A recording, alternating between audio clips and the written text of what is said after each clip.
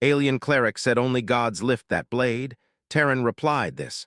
From a yard sale container, the great temple stood at the center of the alien city, older than most nations in the galaxy. Its walls were carved from dark stone that shimmered under soft blue light. Tall pillars reached toward the ceiling like frozen giants. At the heart of the temple rested a single object that had shaped history for centuries. The blade. It was massive, longer than two grown aliens laid head to foot. Its surface was dull gray, scarred by age, yet untouched by rust. Strange symbols ran along its length, worn smooth by time. The blade rested on a wide stone altar, surrounded by energy fields that hummed quietly as if the weapon itself was breathing. The alien people believed the blade was holy.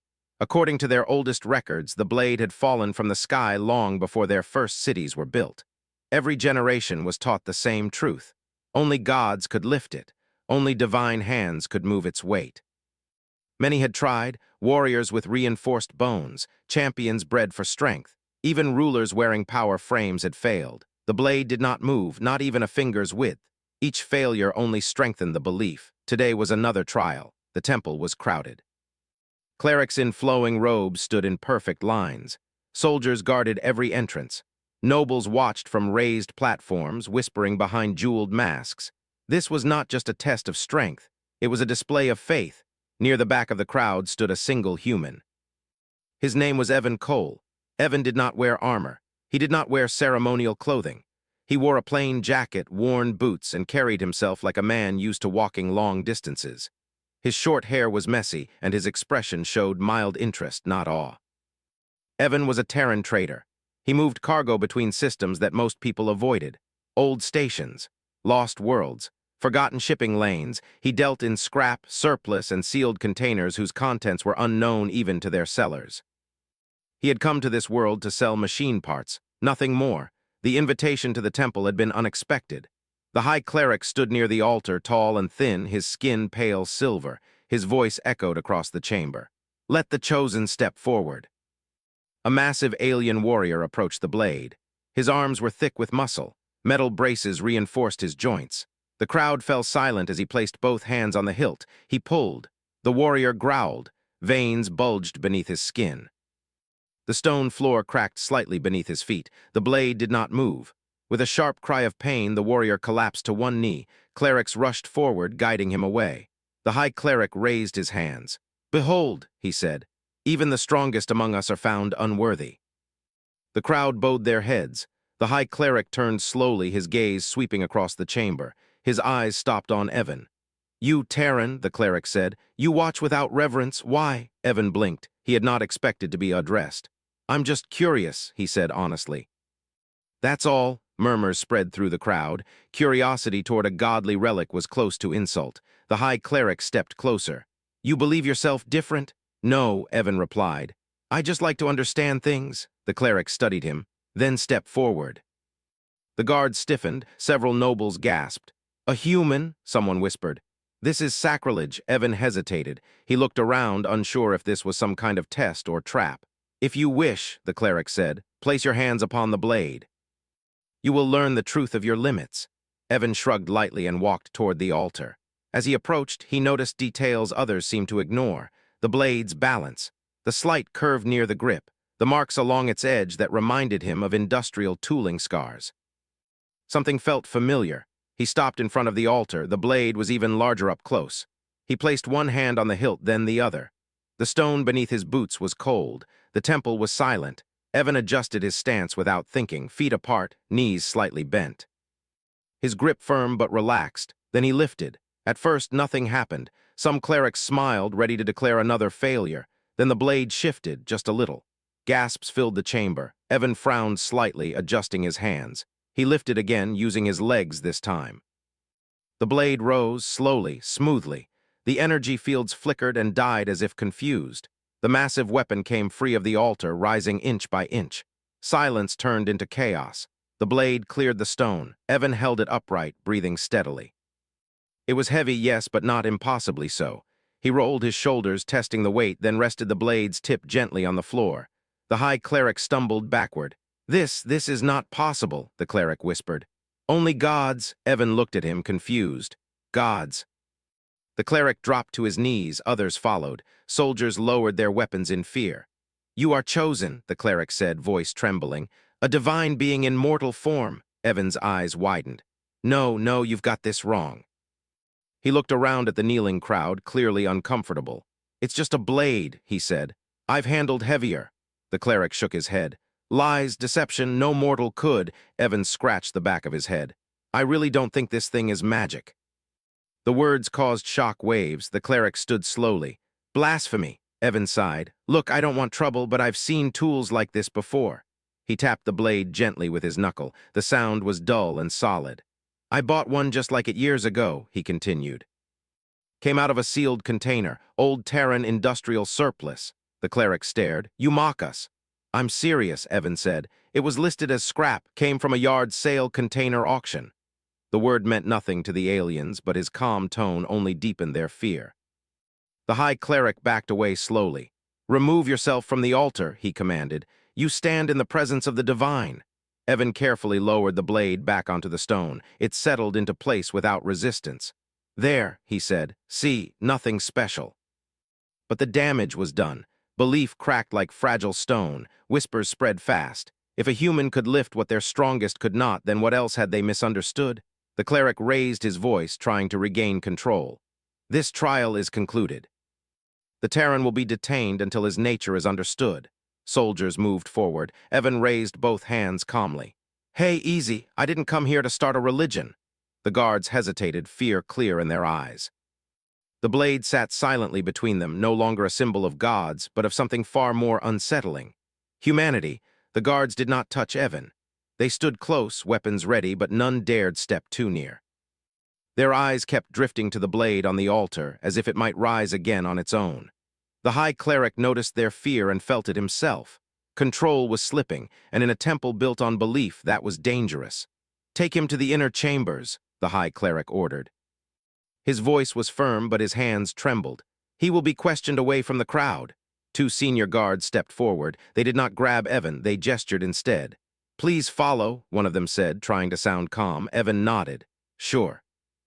As long as nobody does anything stupid." The words made the guards tense, but Evan did not resist. He walked with them, leaving the blade behind. As he passed through the tall doors, he felt hundreds of eyes on his back. Some were filled with awe, others with fear.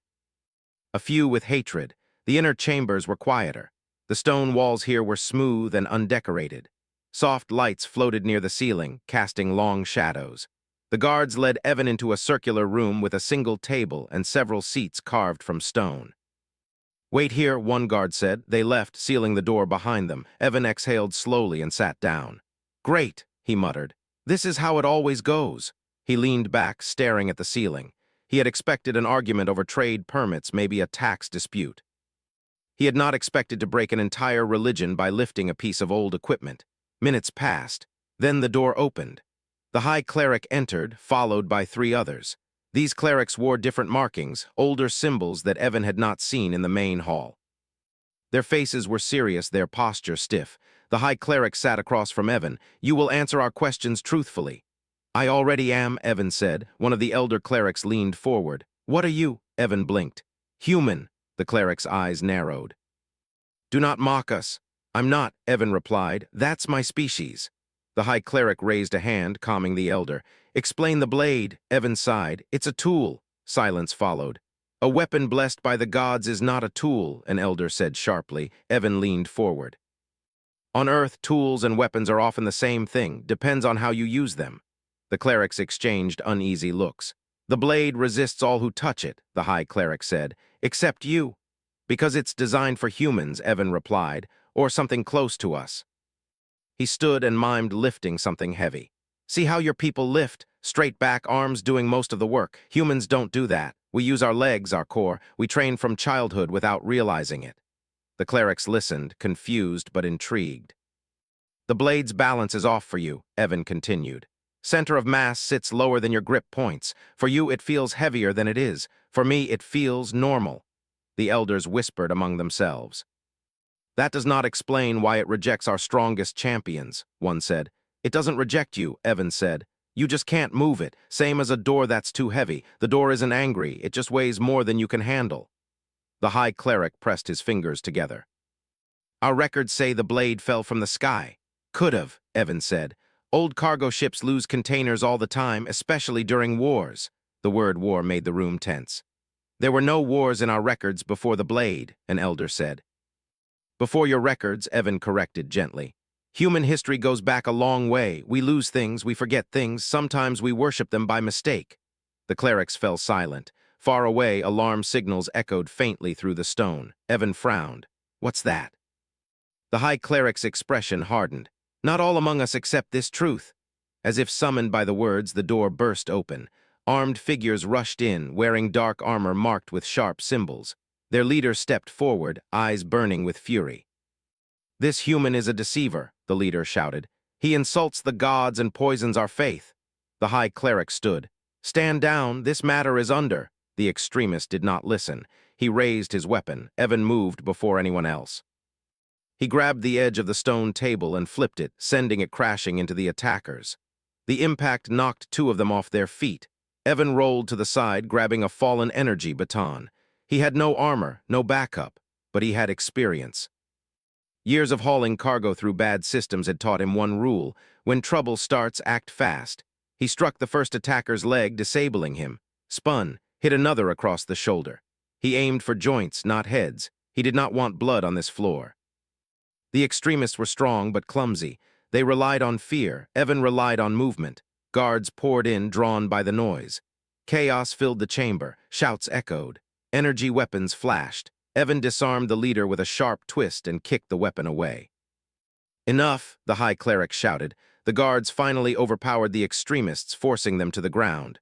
The room fell quiet, broken only by heavy breathing. Evan straightened, holding the baton loosely. He handed it to a guard. I told you, he said calmly. I didn't come here to cause trouble. The High Cleric looked at the fallen extremists, then at Evan. You could have killed them. I could have, Evan said. Didn't need to. That answer unsettled the clerics more than violence would have. Later, Evan was moved to a secure guest chamber. Not a cell, not a prison. A room with a bed, a table, and a window overlooking the city. Outside, the city buzzed with rumors. A human had lifted the divine blade. A human had fought trained zealots and spared them. Faith cracked further. In the council chambers, leaders argued. Some demanded Evan's execution. Others demanded his worship. A few, the quiet ones, asked questions they had never dared ask before. That night, the High Cleric visited Evan alone. You have shaken our world, the cleric said. Evan looked out the window. Wasn't my plan. What do you want? The cleric asked. Evan thought for a moment. Honestly, to finish my trade deal and leave. The cleric studied him. If you leave now, our people may tear themselves apart. Evan sighed. Then maybe it's time someone told the truth. The cleric lowered his head. Then tomorrow you will speak before the council. Evan nodded slowly. All right. As the cleric left, Evan lay back on the bed, staring at the ceiling again. He wondered how many other worlds prayed to tools they did not understand. And how many were about to learn what humans really were. Morning light filled the council chamber, shining through tall crystal windows. The room was wide and round, built so that no one seat stood higher than the others. This was where the leaders of the world met to decide war, peace, and belief. Today, every seat was filled. Clerics in pale robes sat beside military commanders in dark armor. Scholars clutched data slates. Noble houses watched from raised balconies. The air was tense, heavy with fear and expectation. At the center of the chamber stood Evan. He wore the same plain clothes as before. No chains, no guards holding him. That alone unsettled many in the room. The High Cleric stepped forward. This council is now in session, he announced. We gather to judge the truth of what we have witnessed. Murmurs rippled through the chamber. An elder cleric rose first. The human claims our sacred blade is not divine, that our faith is built on error. A military commander stood next. He lifted what none of us could. Either he is a god or a threat. A noblewoman leaned forward, or both. The noise grew louder. The High Cleric raised his staff. Silence, the Terran will speak. All eyes turned to Evan. He cleared his throat. I'm not here to insult anyone, he began, and I'm definitely not a god. A sharp laugh echoed from one corner. A god denying godhood is still a god. Evan shook his head. No, I'm just human. He took a slow breath. I want to show you something. The council stirred. Guards rolled a long metal case into the center of the room. Evan knelt and opened it. Inside were tools, simple ones, worn, scarred by use. "This is my work kit," Evan said. "I carry it everywhere." He picked up a thick metal bar with handles. "This is a Terran load tester, used to measure mass and balance." The scholars leaned forward. Evan turned to the council. "I need volunteers." No one moved. After a moment, a young soldier stepped forward. "I will." Evan handed him the bar. "Lift it." The soldier gripped it and strained. His face tightened. The bar barely moved. Evan nodded. "Thank you." He then handed the bar to a second alien, built differently with longer arms and a wider stance. This one lifted it slightly higher, but still struggled. Then Evan lifted it. Smooth, controlled, easy. Gasps filled the chamber. "It's the same object," Evan said. "No trick, same weight, same shape." He set it down. "Your bodies are strong, very strong, but they're built for different tasks, different gravity, different movement." A scholar stood. "You are saying our limits are physical, not spiritual." "Yes," Evan replied, "and that's not an insult." The High Cleric watched closely. Evan continued. "You believe the blade chooses, that it judges worth, but it doesn't know you exist. It's metal, shaped by hands, designed for a purpose." He looked around the room. "My people learned a long time ago that the universe doesn't care what we believe. It only cares what we understand." Silence followed. Then one of the extremists from before was dragged into the chamber, bound but alive. His eyes burned with hate. "This human lies," the extremist shouted. "He seeks to steal our gods." Evan turned to him. "Why did you attack me?" "Because faith must be protected," the extremist replied. "Without it, we are nothing." Evan walked closer, stopping a safe distance away. "No," he said calmly. "Without faith, you are still you, strong, smart, alive." The extremist snarled. "You fear gods because you killed yours." The room went still. Evan's expression did not change. "We didn't kill them," he said. "We stopped waiting for them." The words hit harder than any weapon. The High Cleric lowered his head. A long pause followed. Then a quiet voice spoke, one of the oldest scholars. "If what you say is true," the scholar said, "then the blade is proof not of gods but of visitors." Evan nodded. "That's likely." "Humans," the scholar whispered. "Or something like us," Evan said. "We weren't always alone out there." The council erupted again, but this time the noise was different. Fear mixed with excitement. Questions replaced prayers. Later, the blade was moved. Under heavy guard, it was taken from the temple to a research vault. Evan walked beside it, guiding the process. Sensors scanned every inch. Data flowed. The results stunned the scientists. The blade was old, very old, built with alloys matching early Terran industrial standards. Not weapons grade, utility grade, a tool. The High Cleric stood in the vault, staring at it. "We built our world around this." Evan stood beside him. "You're not the first." "What happens now?" the cleric asked. Evan thought, "That's up to you." Outside the vault, crowds gathered. Some prayed, some argued, some cheered. News spread beyond the city, beyond the planet. A human had challenged a god and won with words. Alien networks lit up with debate. Other worlds watched closely. That night, Evan sat alone in his guest room again. He cleaned his tools slowly, a habit that helped him think. A knock came at the door. A young cleric entered, hesitant. "May I ask you something?" Evan nodded. "Sure." The cleric sat. "If gods are not real, how do humans live?" Evan smiled slightly. "We make mistakes, we fix them, we help each other when we can." "That sounds hard," the cleric said. "It is," Evan replied. "But it's ours." The cleric left, deep in thought. Far above the planet, a silent ship drifted.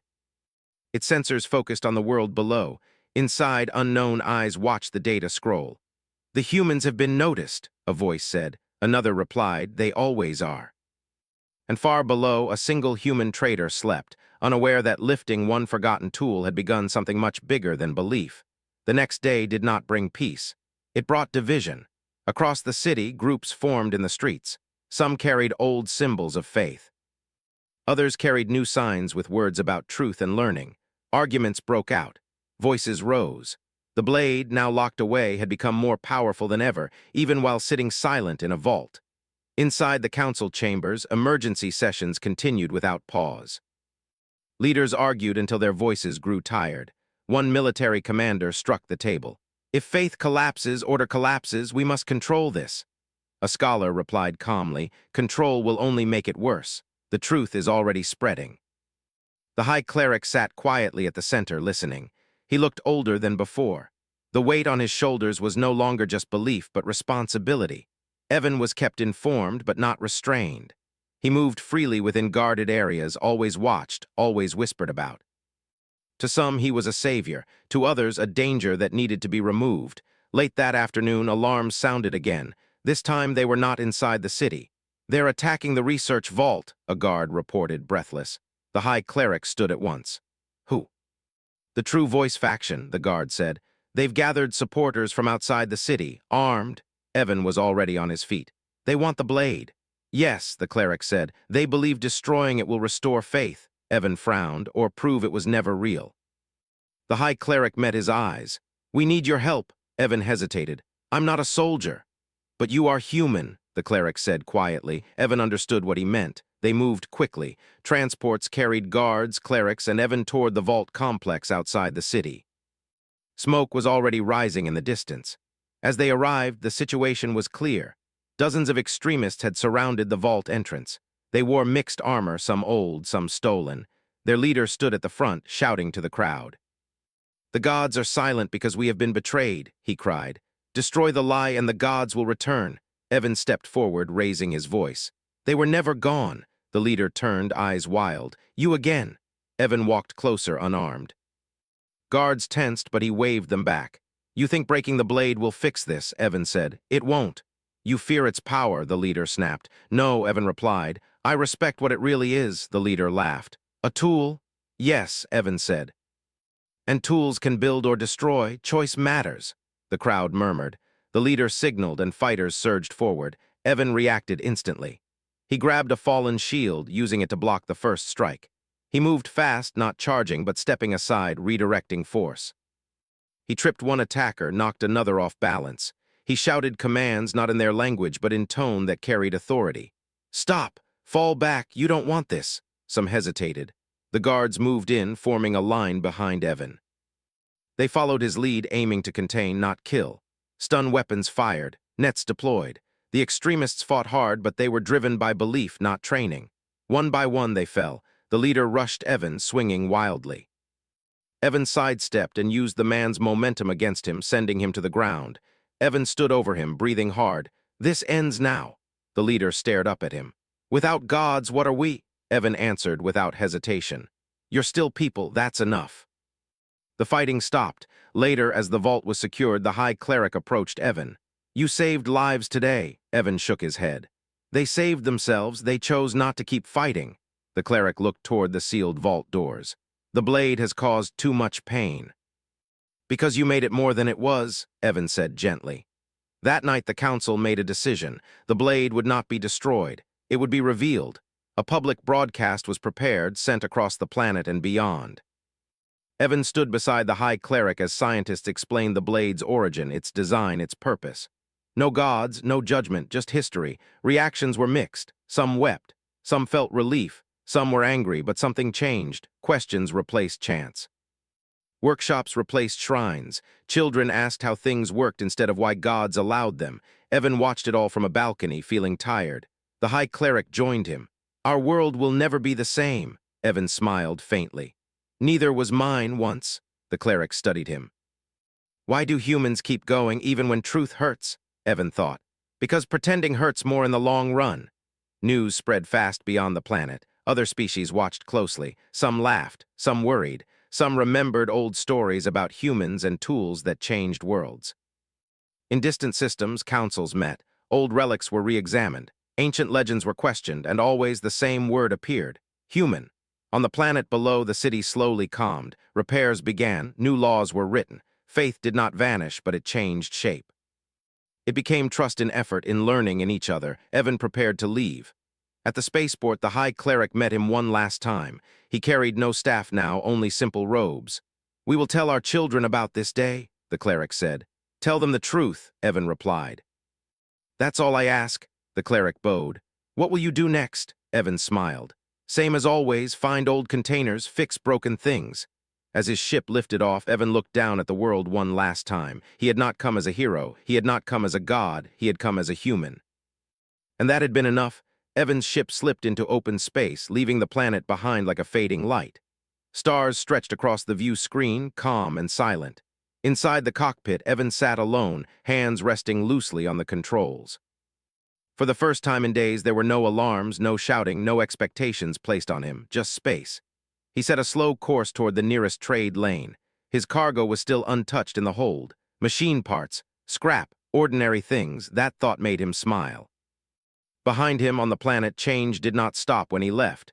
The public broadcasts continued. Scientists spoke openly. Clerics answered questions instead of giving commands. Schools reopened with new lessons. Children were allowed to touch old machines and take them apart, not to worship them, but to learn. Some people still prayed. Others did not, but fewer were afraid. The blade remained in the research vault, no longer hidden. People came to see it, not on their knees, but standing tall. They read its history. They learned how it was made. It became a symbol not of gods, but of a turning point. The High Cleric stood before it one final time before stepping down from his role. He placed his hand on the cold metal and felt no presence, no judgment, only weight and understanding. Far from that world, Evan's ship entered a busy sector. Trade vessels passed by, lights blinking. His comm panel flickered to life. "Unidentified Terran vessel," a voice said. "You are being hailed." Evan frowned slightly and accepted the call. The screen filled with the image of an alien captain from a neighboring system. The captain looked nervous. "Are you Evan Cole?" the captain asked. "Depends who's asking," Evan replied. The captain swallowed. "We have questions about a relic." Evan sighed quietly. Word had spread faster than he expected. Over the next few days, more calls came, some polite, some desperate, some hostile. Worlds asked about stones that could not be broken, doors that never opened. Thrones no ruler could sit upon. Evan answered what he could. "It's probably old tech. Check the balance. Try using it, not praying at it." Some listened, some did not. In one system, a council refused to accept his explanation. They accused humans of deception. Evan simply left. He had learned long ago that truth only worked when someone wanted it. On another world, a young engineer listened closely. She tested a relic with human-style tools. It worked. A week later, her people sent Evan a message of thanks. Slowly, quietly, the galaxy shifted. Not because of conquest, not because of war, but because one species kept asking a simple question. How does it work? On Earth, the story arrived in pieces. Traders talked. Data packets leaked. Old historians raised their heads and paid attention. Human leaders did not celebrate. They had seen this before. Instead, they prepared. They sent out cultural guides. Engineers, teachers, not soldiers. Humanity did not arrive shouting. It arrived explaining. Evan docked at a lonely station weeks later. He unloaded his cargo, argued over prices, drank bad coffee, and listened to dock workers complain. Life returned to normal. Almost. One evening, as he sat alone repairing a cracked tool handle, a young alien approached him.